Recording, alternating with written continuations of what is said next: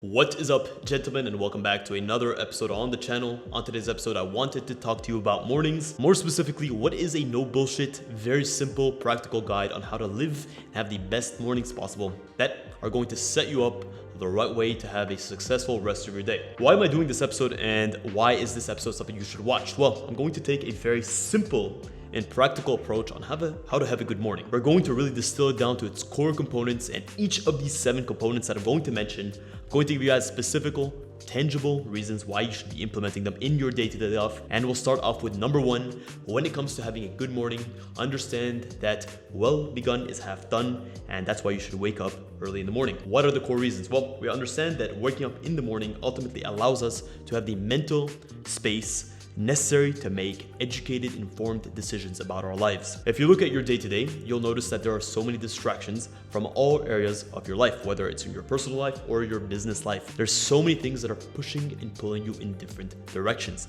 Simply waking up early allows you the time necessary to make the core decisions necessary to move your life forward. Also, one of the main reasons that we should all be waking up early is we, as creatures of this earth, have always been primed to wake up at the crack of dawn. We've never been programmed to wake up at 9 a.m. or 10 a.m. We've always been people that wake up at 4, at 5. This is just how our natural circadian rhythm works. We go to sleep when the sun sets, and we wake up when the sun rises. It's only with the modern advent of technology and industrializations that our complete sleeping rhythm has been completely shifted. And this has a profound impact on how we perform day to day. Just by waking up early, you're more in line with your natural biological core functionality. So how to actually wake up early? What are some practical ways that we can wake up early? Most people try to make massive changes in their sleeping schedule. So if you go to sleep at 2 a.m., all of a sudden, you're not going to be able to practically expect yourself to go to sleep at 10 p.m. How do you do this? Well, you just gradually start to dial back your sleeping schedule. Make small incremental changes. If you go to sleep at 2, start going to sleep at 1:30, then at 1, then at 12:30, so on and so forth. Gradually push back your sleeping schedule. Also, when it comes to your alarm, the way that you wake up is essential. You want to make sure that you have a slow and gradual interruption of your sleep. All of these alarms that are literally like alarms, they have these loud, blaring, strong noises, are very jarring. They shock your nervous system, and they're not a great way to wake up. You want to have a gradually increasing, subtle sound that is able to gently wake you up. What I like to do as well is, as soon as I wake up, I open the blinds. If you have the luxury of having blinds that are electronically activated, you can do that. If you have a smart home, you can program them to open up at a specific time. And if not, this just gives you another reason to get up, to go out and open the blinds. You want to flood yourself with as much natural light as early as possible in the morning, just to kickstart your body's core functionalities. Last but not least is going to be keep your phone away from you. Most of us are extremely prone to picking up our phones as soon as we wake up in the morning. There's just a host of distractions just waiting for us, ready to suck away at our time. By putting our phones away, whether it's on the table, across the room, or whether it's in another room altogether, you're just going to help eliminate the temptations that are going to keep you in bed and keep you under the covers. Number 2, I know this may sound like a little bit of a cliche, but hear me out. You need to hydrate as soon as you wake up. Just drink some water. Understand that in these 8 hours, in these 7 hours that you've been asleep, your body has been consistently losing water. You haven't drank water for 8 hours. So by just drinking water as soon as you wake up, you're replenishing much needed hydration that's been lost during your sleep. Also, drinking water also allows you to flush out toxins. You don't realize this, but buildup of toxins in your body can cause a variety of different ailments, from the physical to the mental. So you want to make sure that your body is as hydrated as possible to keep these toxins out as much as possible. Also, understand that your brain's activity has a lot to do with your level of hydration. Just think of the last time that you were playing a heavy sport and you found yourself extremely dehydrated. You just can't focus. You have a mind fog that is difficult to clear out.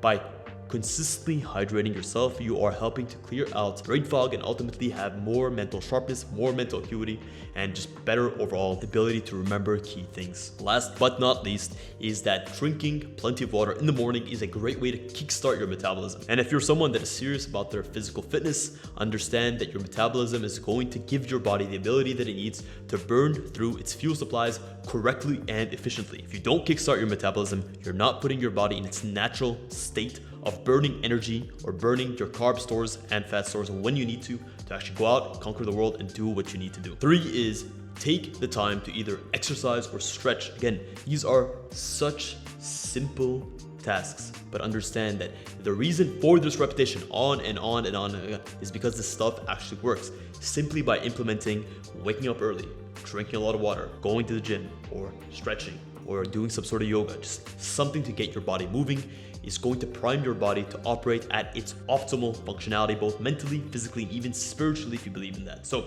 why do you want to do this? Well, understand that by kickstarting your body, by upending your metabolism, and by putting your body into a mode where it needs to expend energy, you're going to up your energy levels throughout the remainder of the day. You're priming your body to be burning energy and burning fat if you need it. Also, it's going to improve your mental focus throughout the day. Believe it or not, how you expend your physical energy has a lot to do with how well you also expend your mental energy and your mental focus. Last but not least is it's actually going to enhance your physical focus throughout the day. Consider a morning workout as sort of a primer for the rest of your day. You're putting your body into a warmed up mode that it's not only going to serve you benefits in the immediate, but it's going to pay dividends throughout the remainder of the day. Once you've done a little bit of physical fitness, now it's time to go for mental or spiritual fitness. And this is going to come down to either mindfulness practices or meditation practices. I'm a big proponent of meditation. It's very simple to do, and it's a very personal sort of practice that you can put to use on a day-to-day basis. Why should you do this? Well, it also does a ton to enhance your mental clarity. It allows you to also remain very grounded, very present. It brings down your heart rate. It just reduces overall anxiety and stress and allows you to be very, very focused. A simple way to meditate without overcomplicating it is I like to listen to a track of sounds that are typically nature sounds. Usually it's a mix of running water, leaves rustling, and perhaps birds chirping. There are a ton of resources on YouTube that you can get into and you can listen to, but just keep it simple. What I like to do is I like to close my eyes. Some people allow you to open your eyes, stay still, achieve a true state of equanimity, which means just not really caring what happens, not caring if I get distracted or if I get snapped out of my meditative state, and just going for a time period of 5 to 10 minutes, focusing on one part of that nature track. For me, it's the birds chirping. It allows me to just really focus on that one thing for a long period of time. And of course, as I move in and out of my meditative state, I don't get discouraged. Understand that you're not going to be able to get into your meditative state and stay into it the whole time. You're going to be consistently distracted. But look at each time you get distracted and come back into meditation as a repetition for your mental and your spiritual muscles, and look at it for what it is, a stepping stone forward. Step 5 is to set daily goals. There's a very, very well-known saying that says that if you don't know where you're going to go, how are you going to get there? The same is true with daily goals. Look at daily goals as key tasks that you want to achieve in order to move your life forward in a specific way. There's a ton of immediate benefits that you gain from actually setting your goals. Number 1 is it just gives you clarity over the must-dos on a specific day. 2, it gives you an increased sense of motivation. Once you can see your goal clearly articulated in front of you, whether it's a micro goal or a macro goal, it just gives you that added sense of this is what I'm working towards, and every single action I'm going to take today is going to get me one step closer to my desired result. Also, understand that you need to be as specific as possible with your goals. If they're larger goals, consider breaking them down into much more digestible and attainable goals on a day-to-day basis. Sometimes I'll even set weekly goals, and I'll break down those weekly goals into daily goals throughout my Monday, Tuesday, Wednesday, Thursday, Friday, Saturday, Sunday that allow me to take key steps towards those goals. One important thing to do when setting daily goals is to take a moment at the end of the day to actually review your goals. One great thing that humans actually experience when they're setting goals is a reevaluation of whether or not those goals have actually been hit and if you're making tangible progress towards those goals. Where you find yourself truly fulfilled and you actually feel like you're making strong strides towards what you wish to achieve is when you can look back at goals and you can see tangible ways in which you've made consistent and concise efforts towards achieving those goals. This is going to give you the motivation necessary to keep setting goals in the future and to keep making and adjusting your momentum as you go along. 6, it goes without saying, just eat a healthy and nutritious breakfast. Of course, there are varying schools of thoughts when it comes to how you approach your diet.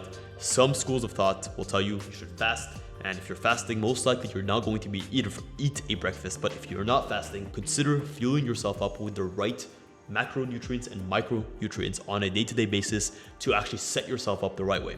Keep it simple. Stay away from processed foods. Stick to a well-rounded macronutrient food with a ton of micronutrients densely packed in. When it comes to your micronutrients, you can take a multivitamin, some omega-3s, just to keep it quite simple. Your multivitamin is going to give you the core essential micronutrients needed, and your omega-3s are going to give you the omegas necessary for brain functionality, long-term cognition. And when it comes to your food, consider having a well-balanced meal that has zero preservatives, that has no added sugars, that has no unnecessary chemicals that are going to taint your brain functionality and that are going to cause you to go into any state of holding on to fat or holding on to those carbs that you don't need. Just keep it simple. Toast, eggs, avocado, vegetables, fruits, fruit juice, everything also within moderation. Not too much of one thing, not too little of one thing.